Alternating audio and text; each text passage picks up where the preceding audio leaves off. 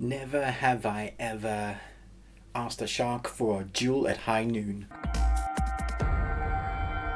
And welcome to the Ruby Tuesday. My name is Ruben, and this is my review for Never Have I Ever, a Netflix original comedy series. The complicated life of a modern-day, first-generation Indian-American teenage girl inspired by Kayling's own childhood. So Never Have I Ever was a series that I knew was coming up, and I had watched about 30 seconds of the trailer and thought, wow, this is probably going to be one that I'm forcing myself to watch. I looked at the trailer and I thought this is going to be just your typical teenage fest where A meets B, where boy meets girl, and there's going to be this triangle love story, and oh my gosh, I was wrong. Lang Fisher and Mindy Kaling are two of the creators for this series. Mindy Fisher, you would have probably recognized the name from a vast majority of really good, well created, well thought out projects. One of them, the Mindy Project, 117 episodes, I believe she was in for that. And this is inspired by her childhood, I believe. And so the comedy in this, I thought, was very good. It works some of the time for me. There is definitely that teenageness for it. The demographic for this, I'm a bit confused about because it's definitely for teens, like late teens, but it's also for adults. I think there is something for everyone in this. There's 10 episodes, they're half an hour each. One of the main things you'll notice in the first episode is that John McEnroe narrates this entire series, which is a thing that you'll be like, how did you even come to think of doing something like that? And you'll probably be thinking, how does that even work? And does that even work? And does it further the plot or the story? And yes, it does, and there is a reason for it. And I have to say, by the end of the 10th episode, I came to really love the narration character of John McEnroe. And if you're a fan of tennis and you're kind of in my age demographic, then you will know John McEnroe. You'll know that he was one of the greats. My favorite of that era was Michael Chang. So if you understand who Michael Chang is, well done. But it was a really interesting mix because you're taking stuff that probably a lot of people don't know about, or maybe you've even heard the name, or maybe you haven't heard the name. So the demographic of teens now, I imagine a lot, unless you're into tennis, wouldn't know about it. You have this narrator who seemingly doesn't really have anything to do with the series, apart from that her father really enjoyed tennis and that was one of his favorite tennis players. But you're wondering, well, why on earth would you get the narration to be this tennis player? And it works so well, so cleverly. There's one character, this one facet of these 10 episodes just works well to hold the 10 episodes together. I do have to say, there is a lot of teenage angst, and of course you're going to get that. And there is a lot of dialogue that just feels very scripted. When they're delivering their lines, it feels scripted. It feels like they're delivering their lines, if that makes sense. But there's also a lot of humor in here that I was laughing much more than I intended to. Genuinely funny, laugh-out moments that I would stop and talk to my wife and go, hey, they just said this, because I found it so funny. I'm not going to repeat any of those lines because I want you to find out what those are. There are some great, really heartfelt moments as well, along with the comedy. And I think that's where this series works. For me, it wasn't really the teenage coming-of-age story. It was the family story, the Indian family story, where they're dealing with the loss of life, where they're dealing with how to have a family group now.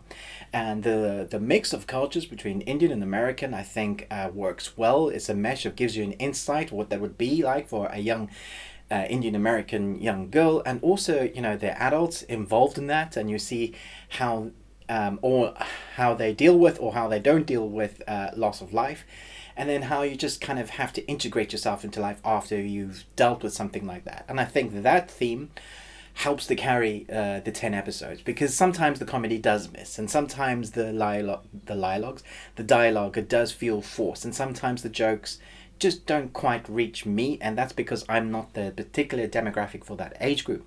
But when the comedy does hit, it's a lot of fun. I was so surprised at some of the references. There was an Aaron Brockovich reference early on. And that got me hyped to seeing what else they would bring into this, what would be referencing for me as an adult to enjoy this series more. And so that was interesting to me, because there's these two worlds where the dialogue is really sharp, and some of the dialogue does feel like an adult has written dialogue for teenagers, and that does come across there sometimes. But sometimes when it's sharp, it's worked so well that I thought, wow, this is really good. I had to go and look up and see what other projects these creators have been involved in. And then when I understood, I was like, this makes so much more sense. There's actually a lot of talent behind this. That's why it's flowing so well. I do like the actors in this, and I think they hold their characteristics well. It does feel like they've ticked every demographic, social norm that is required to have in a series now, from ethnic minorities to people who are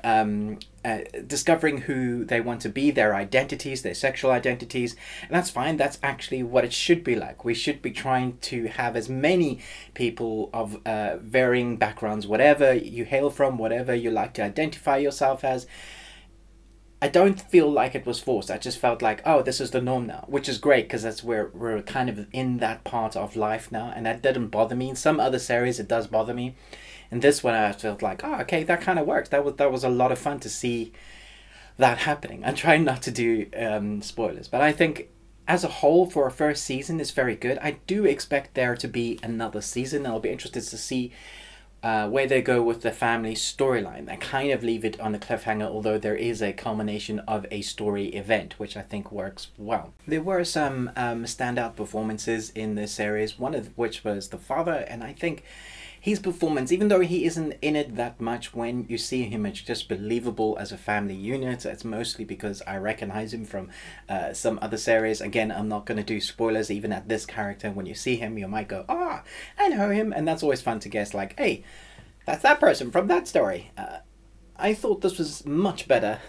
Maybe because my expectation of it was really low to come in with. So I'd be eager to know what you think of it if you had a high expectation and then your expectations were met or downgraded.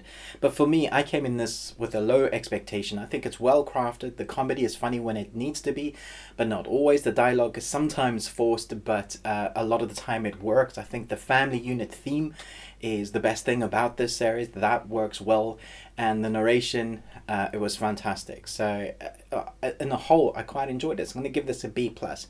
Do chat to me in the comments below. Were you eagerly anticipating this series? Had you heard of it? Are you going to give it a go now? What do you think about the teenage angst drama? I think it's got less than that I thought it was going to be. So much better than I was expecting it to be. So yeah, do chat to me in the comments below.